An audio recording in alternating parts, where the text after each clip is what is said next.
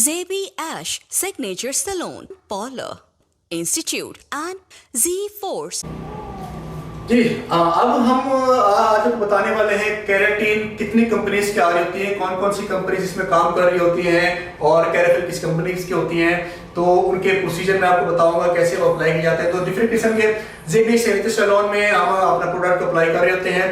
तो अगर आप देखते चलेंगे, देखें हमारे पास 3 से 4 किस्म की है। देखें एक ये लॉरियल कंपनी की तरफ से आती है, इस किस्म का इसका पॉज होता है, इसको कहते हैं एक्सटेंसो। अच्छा, ये एक्सटेंसो किन के लिए जरूरत होती है? देखिए एक्सटेंसो जो लॉरियल कंपनी की तरफ से है वो उनके लिए यूज होती है जिनके बाल ऑलरेडी ड्राई हो। तो ये एक ऑयल थेरेपी है, जिनके बाल बहुत ड्राई हो तो वो एक्सटेंसो करवा रहे होते हैं। ठीक है, ये लॉरियल की एक्सटेंसो के नाम से आती है और क्यूने में भी इसकी कंपनी आ रही होती है। तो क्यूने में हमारे पास मेरे क्यूने के नाम से इसका आती है, केराटिन स्ट्रेटी के नाम से आती है। अच्छा, इसमें देखिए एक हमारे पास स्ट्रॉन्ग फोर्म में होती है और एक नॉर्मल फोर्म में होती है। तो ये 2 किस्म की होती हैं, जिनके बाल थोड़े से थिक ना हो, जिनके वॉल्यूम कम हो, जिनके बाल थोड़े से नरम हो, तो वो नॉर्मल में यूज करते हैं। देखिए ये मेरे पास नॉर्मल में पड़े हुए, तो आप यहाँ से देख सकते हैं ये स्ट्रॉन्ग में है और ये नॉर्मल में है। नॉर्मल बालों में अगर आपका बाल बहुत कमजोर है और आपका करंट ट्रीटेड बाल है तो आपने कोशिश करनी है क्यूने कंपनी की हमेशा नॉर्मल यूज करनी है। ठीक है, अगर आपका बाल में वेव नहीं है, आपके बाल कर्ल हैं, तो उस कर्ल बालों के लिए आपने स्ट्रॉन्ग वेट में यूज करनी है।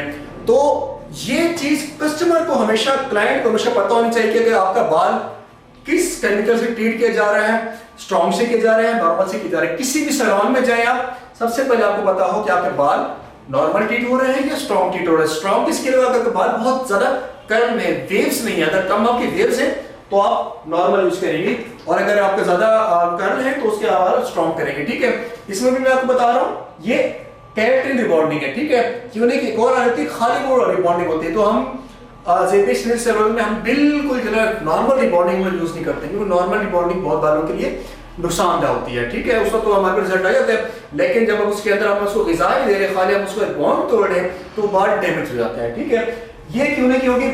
इसके अलावा अगर मैं फ्रीसे कंपनी की बात करूं तो इसमें 2 किस्म की आती हैं, एक क्रीम 1 आती है और एक क्रीम 2 आती है। ठीक है, ये रिबॉन्डिंग नहीं है, ये केराटिन कैरेफिल की चीज है। ठीक है, कैरेफिल में ये होता है कि हमने पहले प्योरीफाइड शैम्पू से वॉश किए, अभी वॉश किस लिए कर रहे हैं, हम उनके जो बाल हैं उनके जो क्यूटिकल से बालों के क्यूटिकल से पहले वो हम ओपन करते हैं। जब क्यूटिकल्स ओपन कर लेते हैं फिर हम उसमें क्रीम 2 इस्तेमाल करते हैं। हाँ, तो मैं बता रहा था फ्रीसिया में ये कैरेफिल के नाम से। ठीक है, केराटिन रिबॉन्डिंग नहीं है। ठीक है, रिबॉन्डिंग हमने कर ली है। ठीक है, एक्सटेंसो मैंने आपको दिखा दिया है। अब फ्रीसिया कंपनी अगर देखो तो इनकी केराटिन के नाम से केराटिन ट्रीटमेंट आती है। इसमें क्या होता है, हम एक दफा ये जो बालों को देना, पहले ये प्योरीफाइंग शैम्पू है, इससे हम पहले बालों को प्योरीफाइंग शैम्पू से शैम्पू करेंगे, 2 दफा करेंगे, जिसमें जाके बालों के क्यूटिकल खुल जाएंगे। जब क्यूटिकल उसके खुल जाएंगे तो हमने ये 2 क्रीम अप्लाई कर देनी है। आराम से अप्लाई करने के बाद फिर इसको स्ट्रेटी करने के बाद हम इसको छोड़ देते हैं। ठीक है, इसी तरह मेरे पास एक और प्रोडक्ट है प्लांट के नाम से, ये भी केराटिन रिबॉन्डिंग के नाम से है। ये मुख्तलिफ कंपनी अपनी बनाई हुई है, तो इसमें आराम से कैरेफिल हो रहे होते हैं।